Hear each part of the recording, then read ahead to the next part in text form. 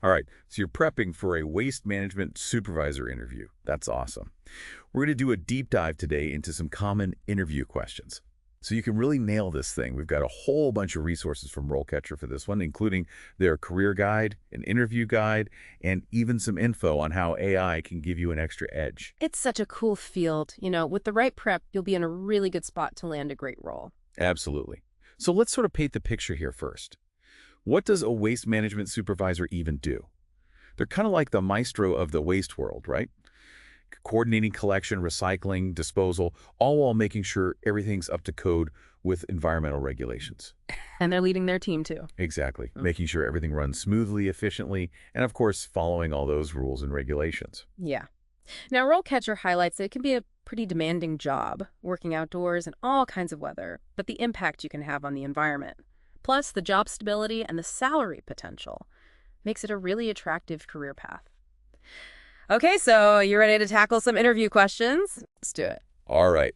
First up, describe your experience with managing waste and recycling programs. What's your advice on how to approach this one? This is your time to shine. So don't just list off past roles you know.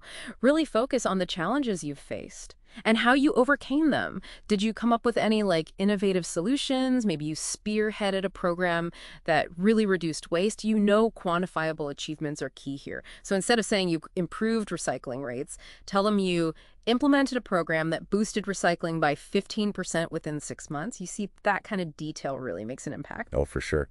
And what if your experience isn't specifically in waste management? Totally. You can still bring in things from other fields. Like if you've managed projects or teams in other industries, highlight those experiences and connect them to the skills needed for this role. Think about those times you had to optimize processes, implement new procedures, or handle budgets. Those are all valuable, transferable skills. Great point. What kind of follow-up questions do you think they might ask on this one? Yeah, they might want more details on the specific projects you talk about. Ask about how you measured success or challenges you ran into along the way. They might also ask about your experience with different types of waste, like hazardous waste or construction debris. Yeah, that makes sense. Okay, question number 2. How do you ensure compliance with waste management regulations?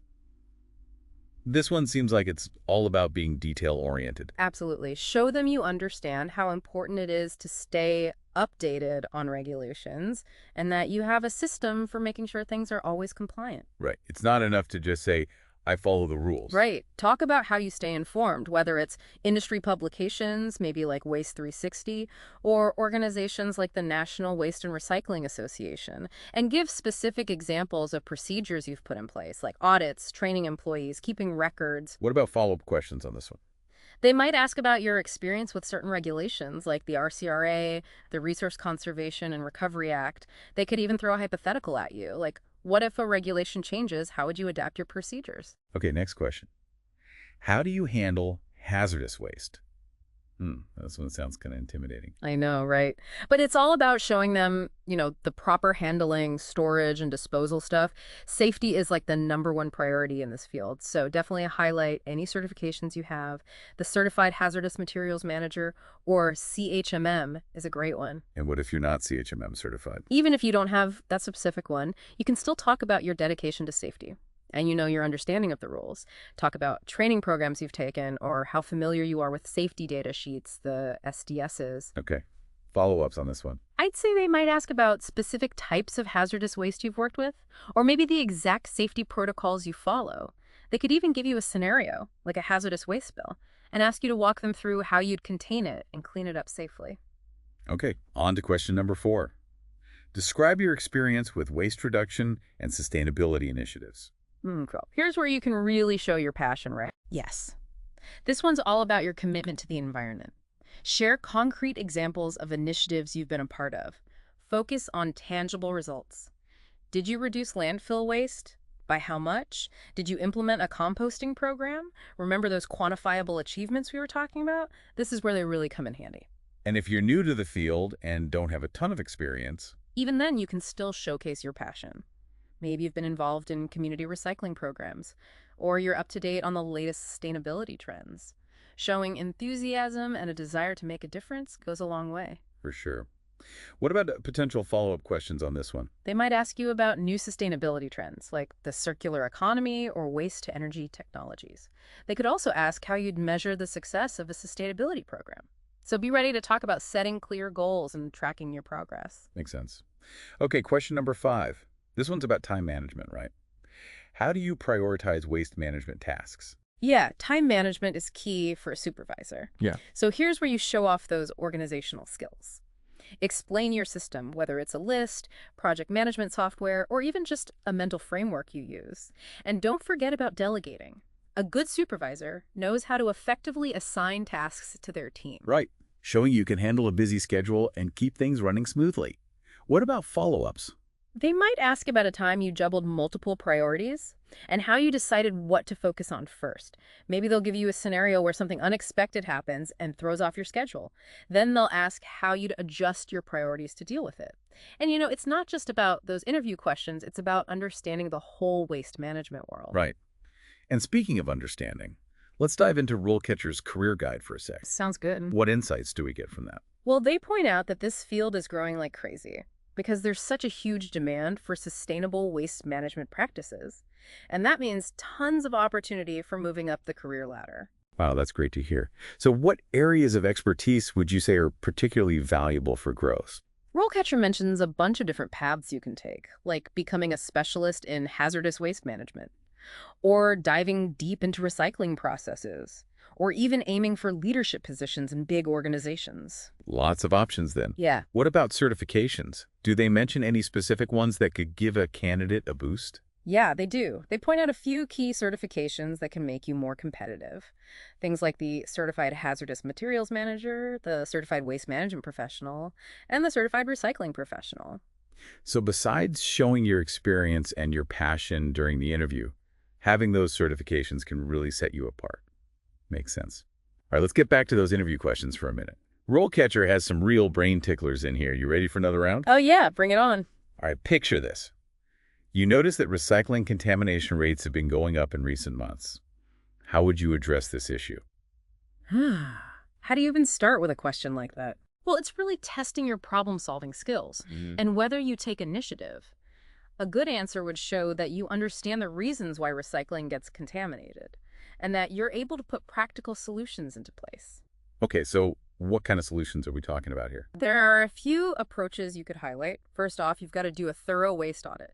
Figure out exactly what's causing the contamination. Once you have that data, you can launch some targeted education campaigns. Aim them at residents or businesses, depending on the situation.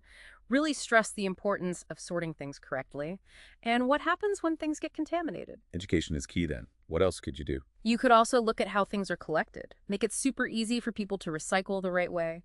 Maybe introduce standardized bins with clear labels, or even implement a two-stream collection system where recyclables are kept separate from regular trash right at the curb. So a mix of education, clear procedures, and maybe even some changes to how things are collected could help. What about follow-up questions on this one?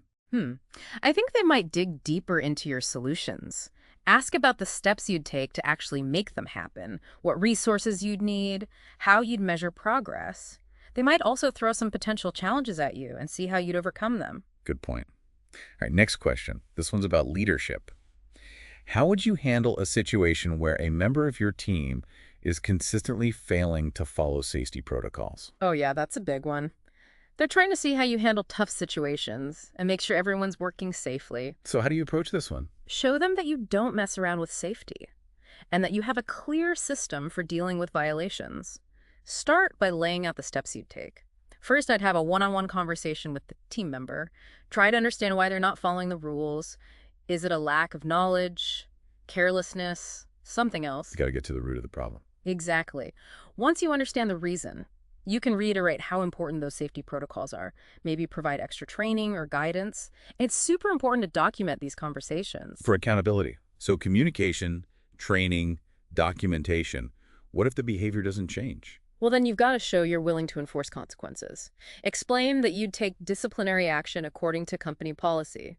Make it clear that safety is non-negotiable. It's finding that balance between being supportive and firm.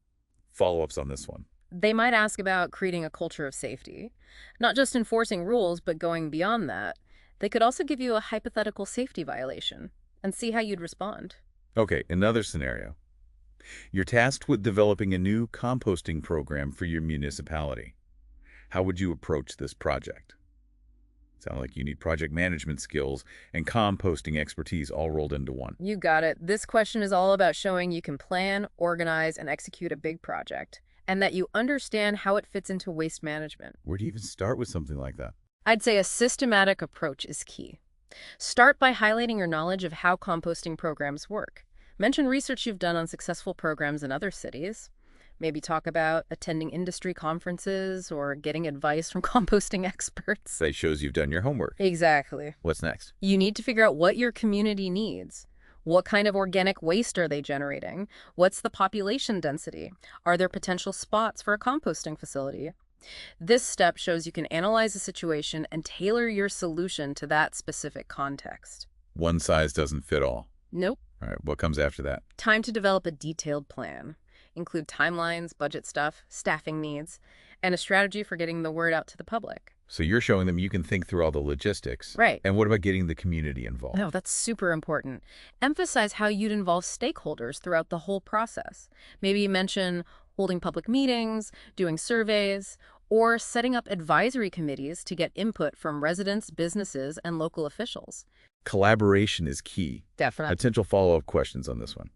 I'd say they might ask about challenges you'd expect to face.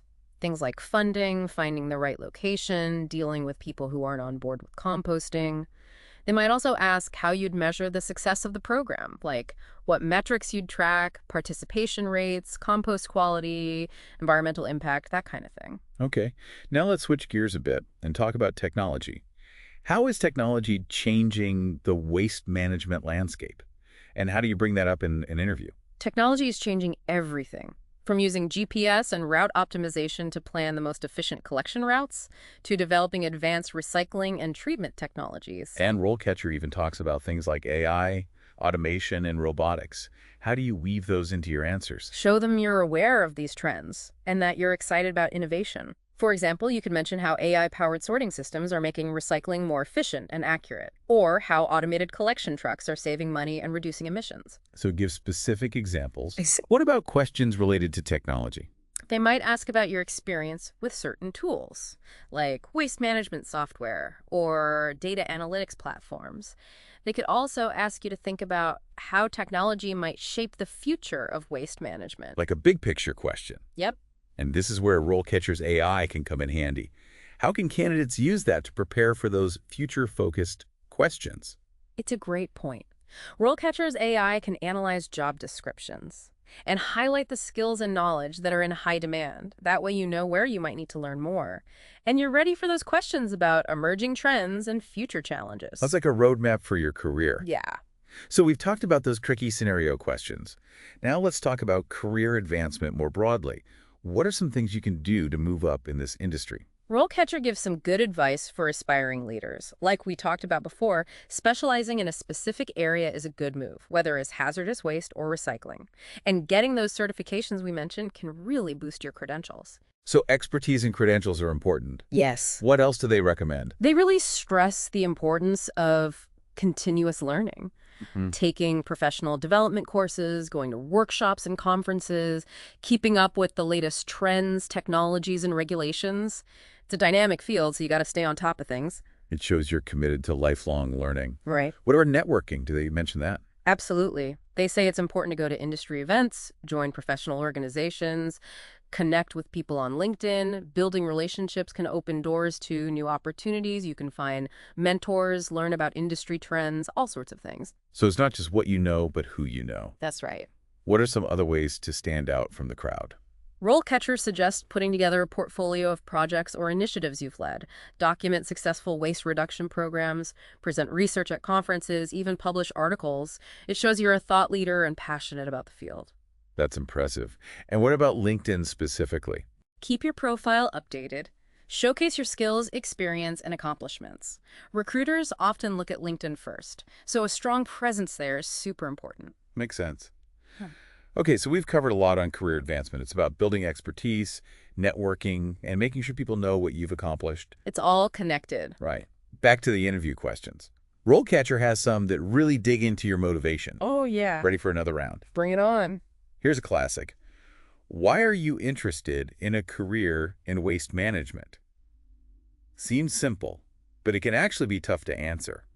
Well, It is. Yeah. How would you approach this one? this is your chance to connect with the interviewer on a personal level. Show them your genuine enthusiasm for the field. Think about what really drives you. Is it protecting the environment, solving tough problems, making a difference in your community? It's about your values. Exactly. So don't be afraid to be honest and open. Share a personal story that shows your passion for waste management. Connecting those personal values to the bigger picture. What kind of follow-up questions might they ask? Well, they might ask about specific parts of waste management that you're particularly interested in, like hazardous waste, recycling tech, community composting, that sort of thing. They could also ask about your long-term career goals. Where do you see yourself in this field down the road? It's all about showing them who you are, that you're dedicated and passionate and want to make a real impact. Absolutely. Okay, before we wrap up this deep dive, let's talk about RoleCatcher's AI tools one last time. We talked about how they can help with your resume and cover letter, but what about fine-tuning those interview answers? Oh, yeah, that's where they really shine. Yeah. One of the coolest features is that you can put in specific job descriptions, and their AI will actually analyze what they're looking for. Then it gives you suggestions on how to highlight the skills and experience that matter most for that specific role. So it's like having a custom interview prep guide made just for you. Exactly. Does it do more than just find keywords? Oh, yeah, for sure. It can also help you structure your answers, make them clear, concise, compelling. It's like having a professional speechwriter on your team. And don't forget about the AI feedback on your delivery. You can record yourself answering questions and get personalized insights on your tone, pacing, even your body language. It's like having a virtual coach right there with you. So you can keep practicing until you feel totally ready to rock that interview. Exactly. So there you have it. We've covered a ton today. We have. You've got a deep understanding of what a waste management supervisor does, plus a whole toolbox of strategies for acing that interview. And you know about those AI tools that can help you stand out from the competition. You're ready. Remember, confidence is key. Show them your passion for sustainability, your problem-solving skills, and your commitment to protecting the environment. And never stop learning and growing. This field is always evolving. Absolutely. Best of luck in your interview. You've got this. You got this.